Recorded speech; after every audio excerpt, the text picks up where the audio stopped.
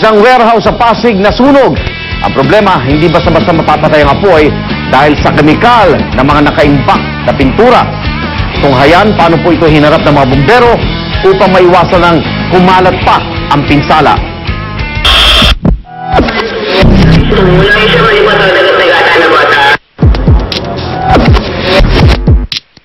Ayun!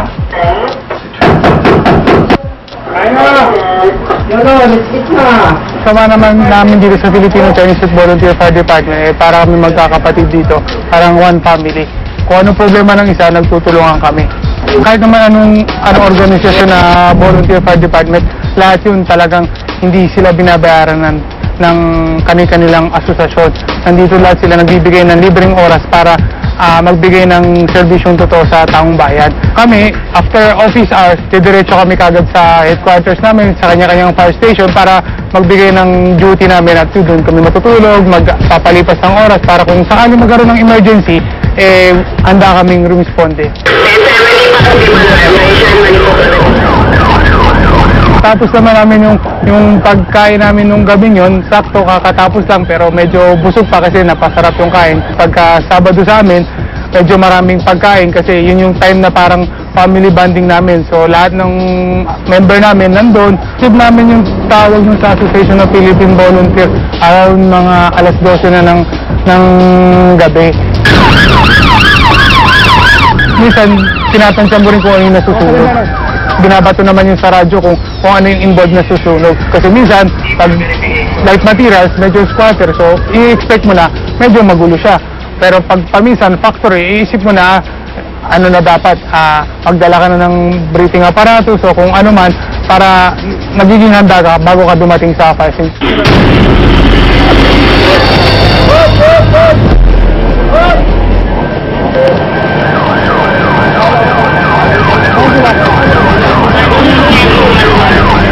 Yung pagdating namin, pagka-size up namin, doon ko lang nakita na fabrication area yung nasusunog.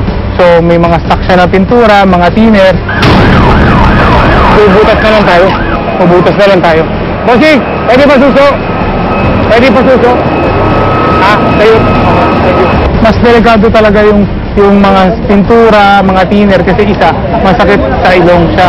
Isa pa, hindi siya kagad napapatay ng tubig kasi nagre-react yung tubig sa mga pintura, sa mga ano, kaya ito minsan ginagamitan nung chemical o AFFF na chemical para masuppress yung mga ganitong apoy.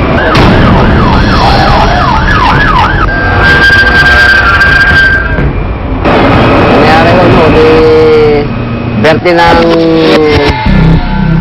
anak ng may-ari. May video pa ho kami dito. Biglang nagliyab sa likod, sa junk shop.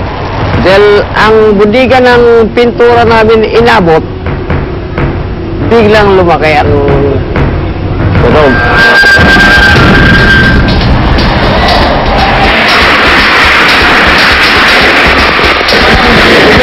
Palit! Kaibigan! Nung penetrate na kami, hindi tinatawanan lang ng apoy yung tubig namin. Kaya nag-decide na kami na gamitin yung chemical. Since may dala naman kaming chemical, ginamit na namin yung chemical. Kaya BFP, tsaka kami, tsaka ibang volunteer, nagtulong-tulong na kung saan yung tubig na nanggagaling, doon lang nakano yung chemical. Kaya lahat kami, yung tatlo kaming bumamba nun, naapulan namin kagad. Nagtulong-tulong kami kagad para maapula yung apoy. Tuloy! Kailan ba ka na sinigil? Alalayan mo saan, wag mo hawakan yung nozzle. Okay, alalayan mo lang.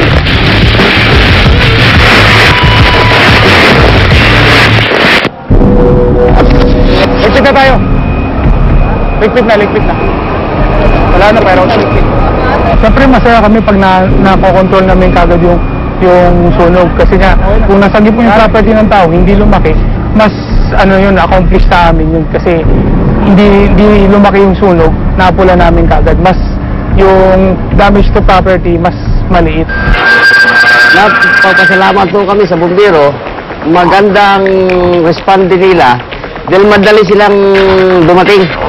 Pagka nasunugan, huwag na nilang piliting isagip yung kung ano man property nila.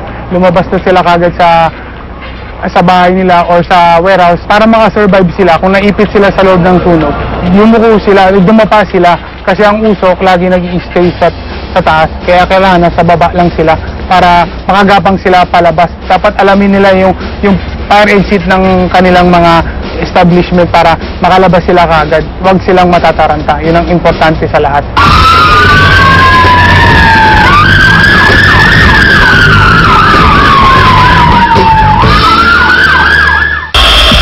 Kapag may sunog, agad tumawag sa 117 o kaya sa mga emergency number sa inyong mga lugar.